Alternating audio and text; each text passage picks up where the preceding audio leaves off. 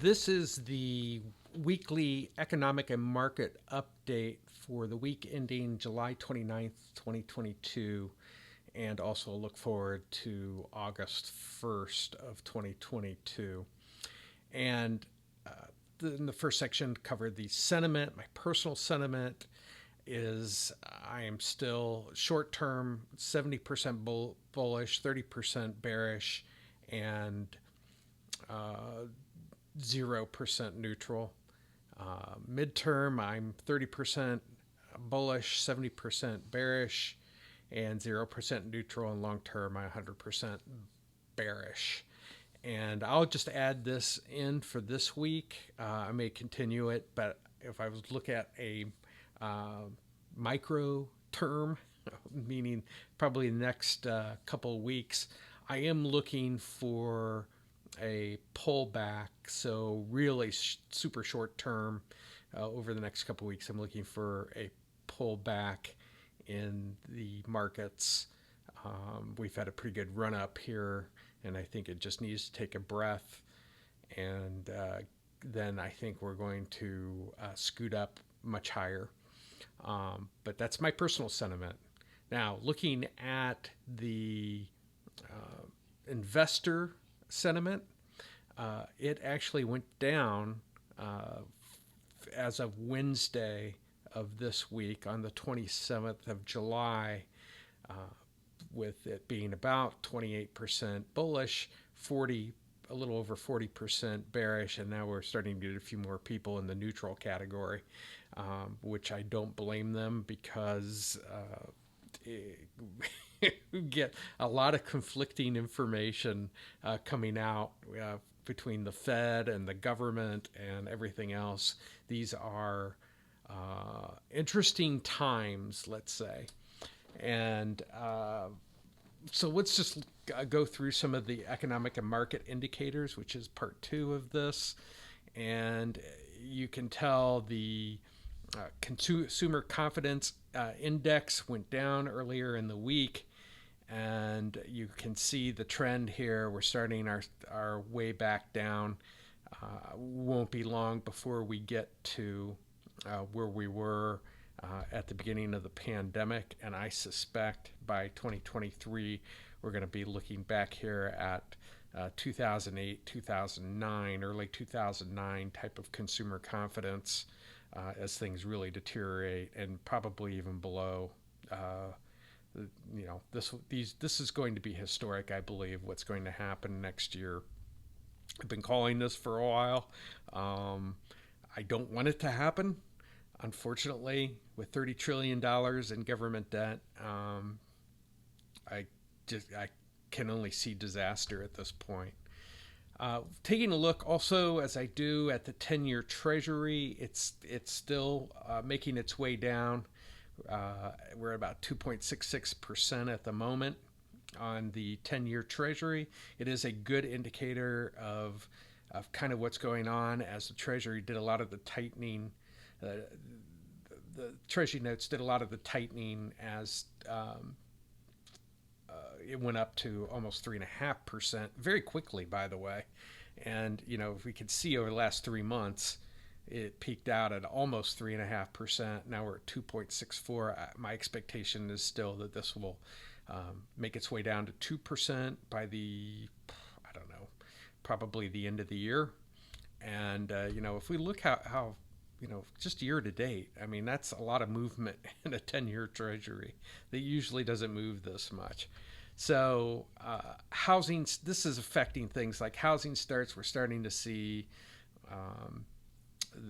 housing starts to me is a very much a leading indicator, and housing starts are making their way down. And I only see that getting worse as not only inflation, but some of the things that the Fed is doing are exacerbating the problems that we have with spending. People are using a lot of their money just to eat and buy fuel. The PCE index, which was mentioned by the Fed, by Powell in his post interview, that he doesn't pay as much attention to the CPI as he does the CPE. So the CPI is the out of pocket expenditures that households have. And then the PCE stands for personal consumption expenditure, and it's the change in goods and services consumed by all households. Now, I always find interesting here. Here's the target, 2%. And we're up around almost 6.8% as of this most recent reporting. And I always love it when they say the core, 4.79%. And there's a lot of conversation go on with regards to PCE and CPI, and core means without energy and fuel. So I don't know how anybody survives with that and why this number even exists, but it does. And then we also look at U.S. unemployment. Let's see if I can get that rate up here. Still low at 3.6%. But again, these are the things that the Fed is looking at, and all of these things are lagging indicators. And so,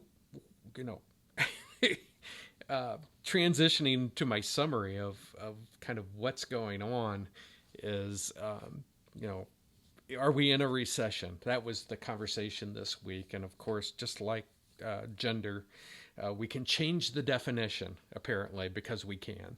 And so are we in a recession? A technical recession, for as long as I've been alive, has always been 2 negative quarters. We did just get the second quarter came out a little bit better because of the durable goods increase, allowed it to get to a negative 0.9%. And I would suspect that these numbers will continue to get worse as time goes by.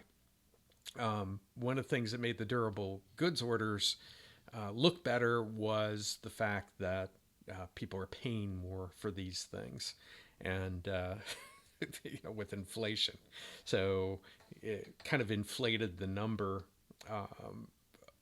for and allowing the GDP numbers to look a lot better. So we have, gross domestic product at negative 1.6% in the first quarter. In the second quarter, we had a negative 0.9%. We are in a recession. I don't care how they want to wordsmith it, and or want to say, but that's where we're at now. I believe, by virtue of not only looking at the wrong measures and the lagging measures that the Fed is looking at, that they are tampering with the economy.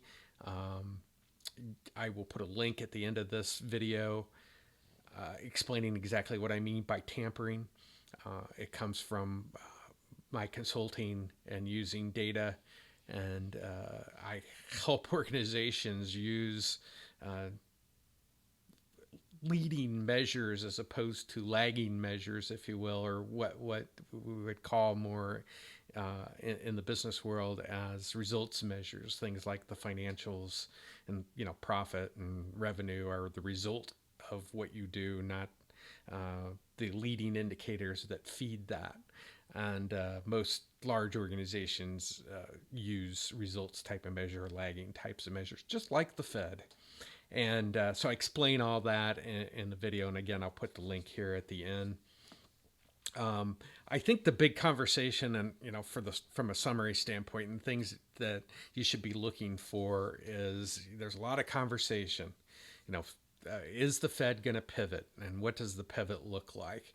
And some people are saying, oh, they're going to go and continue to increase. Well, if they're in denial about us being in a recession, they are really going to drive this thing into the ditch worse than I suspected that they might. And right now they are headed full bore into the ditch. And it's not all Powell's fault. I don't want to poke at Powell completely. This goes back to Bernanke and Yellen. in their days post the GFC or the Great Financial Crisis, and their inability to take the actions that should have been taken when we had, 10, 12 trillion in debt, and now we're at 30 trillion, and they just have no guts. And Powell's left holding the bag a little bit, but he's also had some opportunities to try and mitigate some of this. And he may try and do his best Paul Volcker, but the more he tries to be Paul Volcker when we had, a trillion in debt, and raising interest rates at like the late 70s, early 80s, it's just not available. It was just gonna make a lot worse. What I see is a depression that's coming. So the pivot, what does a pivot look like? Well, they aren't giving any future forecasts on any increase in the Fed funds rate. So I think that's a interesting move. I may be reading more into it than others might, but I believe that the Fed has suspended, and I don't believe that they will go back. I don't necessarily mean that they'll pivot or start lowering federal funds rate, but they will not be able to move forward. Now, they have a couple meetings coming up. They're meeting in Jackson Hole on August 25th through the 27th. It'd be interesting to hear some of the conversations coming out of that.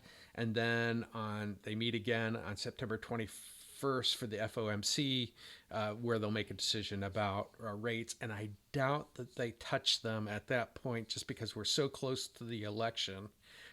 And if they do, I'm guessing Powell won't be in very, very much longer. But who knows? But he's talking a tough game. Because he blew it before. But again, I'm not blaming Powell completely. The Fed chairs that preceded him, and Yellen and Bernanke, help set the table for this. And you could probably even go back to Greenspan for part of the responsibility of leading up to the Great Financial Crisis, and then post, things falling apart from there. And of those four, I mean, Greenspan had the best credentials, but he didn't even follow what he had promoted for years. So it's very strange. But regardless, Powell's in a tough spot.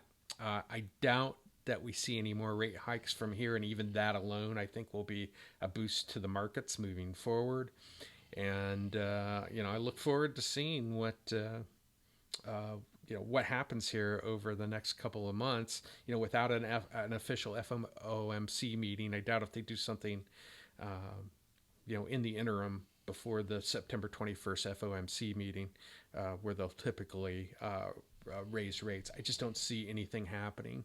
I think there's going to be a realization between now and September 21st by Powell. I'm hopeful that he'll realize how bad the economy is, and I think you're going to continue to see deterioration in the economy, and some of the numbers that we're seeing, both leading and lagging, and that will lead him to the conclusion of, at a minimum, not raising rates, and maybe even backing off his quantitative tightening. But that's where things stand, and I always think that the Fed is going to be smarter than what it is, especially with hundreds of economists at their disposal. But hey, it is what it is. Well, and that's what I have for this week. And remember, there is always a better way, and probably a better way if we didn't have a Fed. Different video. Catch you next week.